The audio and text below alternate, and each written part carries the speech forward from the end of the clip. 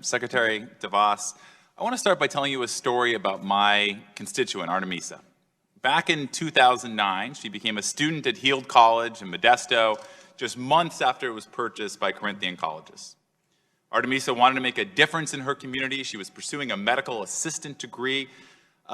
She chose Heald because she saw in the commercials that it had an 85% job placement rate. Seemed like a good investment. But then she graduated and she couldn't find a job. And now she owes a whopping $40,000 in student loan debt for a degree that hasn't helped her get hired. That may not seem like a lot of money to you, Secretary DeVos, but in the real world, that's devastating. Turns out, Artemisa wasn't alone in not being able to find a job. Corinthian colleges across the country lied about their job placement rate. They told her it was an 85% job placement rate for Heald. Turns out the actual rate was zero. Not 85%, zero. That's a big difference. Artemisa and tens of thousands of students were defrauded by Corinthian. We all know this. We all agree. In 2014, the Department of Education fined them $30 million for this fraud. Everyone agreed. But here, 5 years later, Artemisa still has that $40,000 in student loan debt. She still hasn't found a job in her field, and she hasn't gotten any help whatsoever. The reason for that is because you have put roadblock after roadblock in front of helping these students. Your job is to fight for them, but instead, your actions suggest you would prefer to be the chief lobbyist for the predatory schools that defrauded them. After being ordered by a federal court to stop collecting debts from cheated Corinthian students, you ignored the order and kept stealing money from these students. You were even held in contempt of court because of it. You're not standing up for them, you're working for the schools that defrauded them. Maybe you've forgotten to refund these students.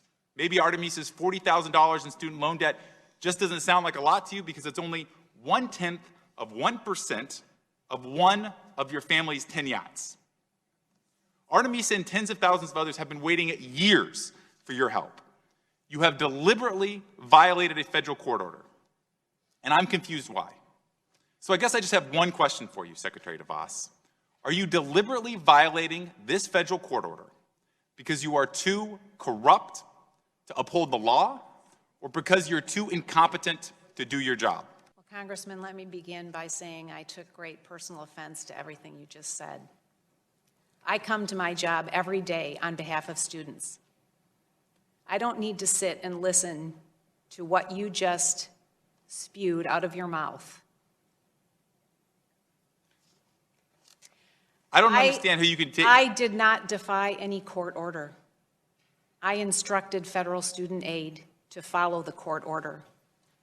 If you had been here earlier, you would have known that mistakes were made on the part of federal student aid employees and on the part of loan servicers that when they were discovered were immediately acknowledged and corrected. Secretary DeVos, they have been my time, please. I understand that you've been held, that you are taking offense. The reality is there are tens of thousands of students whose financial futures have been ruined by 3 years of inaction. And you're just making excuses. You're blaming this problem on somebody else. You've been Secretary of Education for 3 years.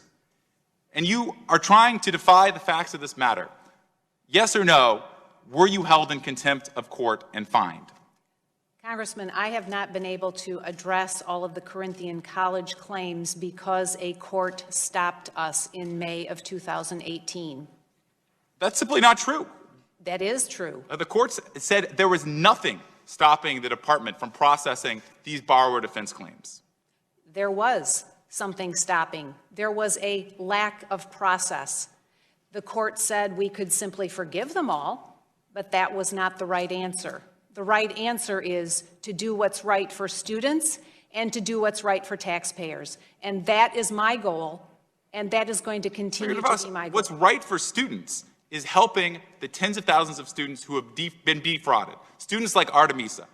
And blaming this problem on somebody else, taking 3 years to make absolutely no progress, it's not helping these students. It is only helping the scam colleges that defrauded them. Thank you, Mr. Where Chairman. students have been financially harmed, they are going to have relief. We have a new methodology, which once again, if you had been here earlier, you would have known. We have just implemented it last week. We are beginning to process them again. And students will be considered, their claims considered individually, and I am looking forward to addressing all of them. Nothing disturbs me more than all of the pending claims that have been there and that we have not been able to address appropriately. This is Secretary of Education Betsy DeVos as she's finally confronted for her handling of what's called the borrower defense to repayment rule. To claim that her management on this issue has been subpar would be the understatement of the century. The program is meant to forgive federal loans for students whose colleges misrepresent the quality of their education or otherwise engage in fraudulent behavior. And despite the fact that DeVos, like her boss, spent her time blaming the Obama administration, the fact is that the program was actually expanded under the previous administration. And it was running smoothly only until Trump took office and DeVos took the reins of the education department. Under her leadership, and I say that word with every caveat imaginable, loans were no longer discharged and the pool of 60,000 pending claims exploded to over 200,000. Now, DeVos has claimed that she's just as frustrated as everyone else and that certainly this weighs on her more than anyone. But first of all, while she might cry victim and pretend that she's frustrated too, something tells me that billionaire Betsy DeVos's frustration is probably just a tad less than the regular Americans whose financial futures have been destroyed at the hands of predatory, fraudulent universities, only to be screwed again by a government that's more sympathetic to those scam artists than the actual victims. And beyond that, DeVos has had 3 years to figure this out. This isn't Obama's fault. This isn't the victim's fault. The disbursement of loan relief and forgiveness is her department's responsibility. And the fact that she's not only not found a solution, but actually exacerbated the problem is a testament to just how egregiously incompetent she is.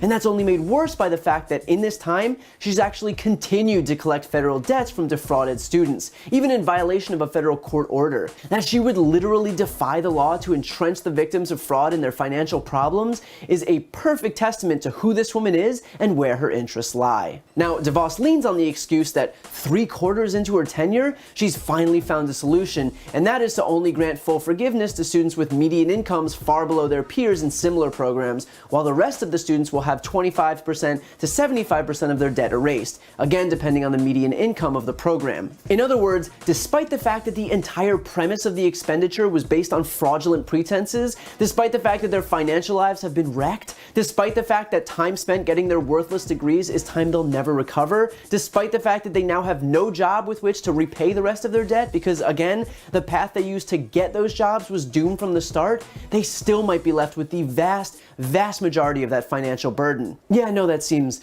totally fair to me. And look, I don't think anyone would disagree that the fraud claim has to be valid, that the government isn't and shouldn't be in the business of handing out free money. But to only issue 25% relief to a student who's then responsible for 75% of loans that were born out of something fraudulent, out of a scam, is a complete and total abdication of our government's role to protect its citizens, especially the most vulnerable among us. Something tells me that if Betsy DeVos went to her local yacht dealership and it didn't float on the water and she was only entitled to 25% back, that she would suddenly realize that maybe protecting the scammers and not the victims isn't the best policy after all. And of course, it starts at the top, considering DeVos was handpicked to lead the Department of Education by Trump, who himself was ordered to pay a $25 million settlement for students defrauded at his own sham university. The settlement marked the end of 2 class action lawsuits and a civil lawsuit from New York accusing Trump of, quote, swindling thousands of Americans out of millions of dollars through Trump University, according to New York Attorney General Eric Schneiderman. And so let's be honest, of course the administration led by a guy who ran a sham university doesn't have sympathy for students defrauded by sham universities. The simple fact is that in an administration marked by the appointment of those hostile to the departments they run,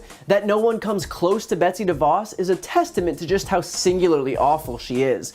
I mean, this is an administration with Mick Mulvaney, with Rick Perry, with Mike Pompeo, and those are just the ones that didn't end up in prison.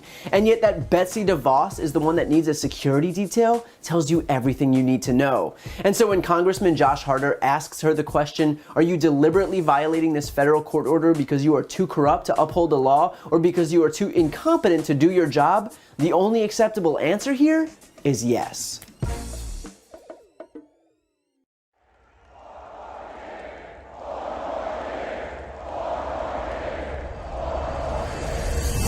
is a movement like we've never seen in the history of our country. Wisconsin is Trump country. And that's what this fight is all about. We're taking on the failed political establishment and restoring government of, by, and for the people. It's the people. You're the people. You won the election. We love this country. We love Donald Trump. Promises made, promises kept. We support President Trump. This is epic. Donald Trump is our president! With every last ounce of heart and hope and sweat and soul, we are going to make our stand. We are going to stand for liberty. We are going to stand for justice. We are going to stand for freedom. And we are going to stand for the sacred rights given to us by the hand of Almighty God. You joined our movement, the greatest movement in the history of our country. You protected your family. You defended your dignity. You recaptured your destiny. And you took back your country with that great election 2.5 years ago. We are one united movement, one united people, and one United States of America.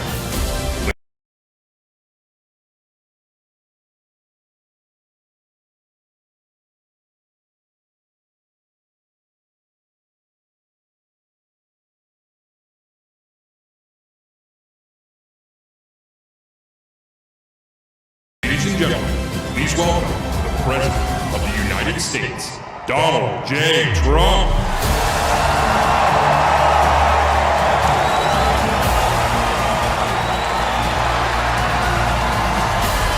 You have always been loyal to this nation. Now you finally have a president who is loyal to you.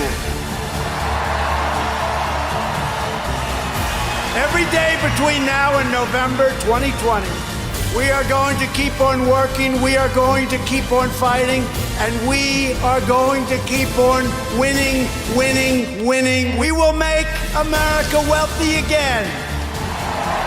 We will make America strong again. We will make America safe again. And we will make America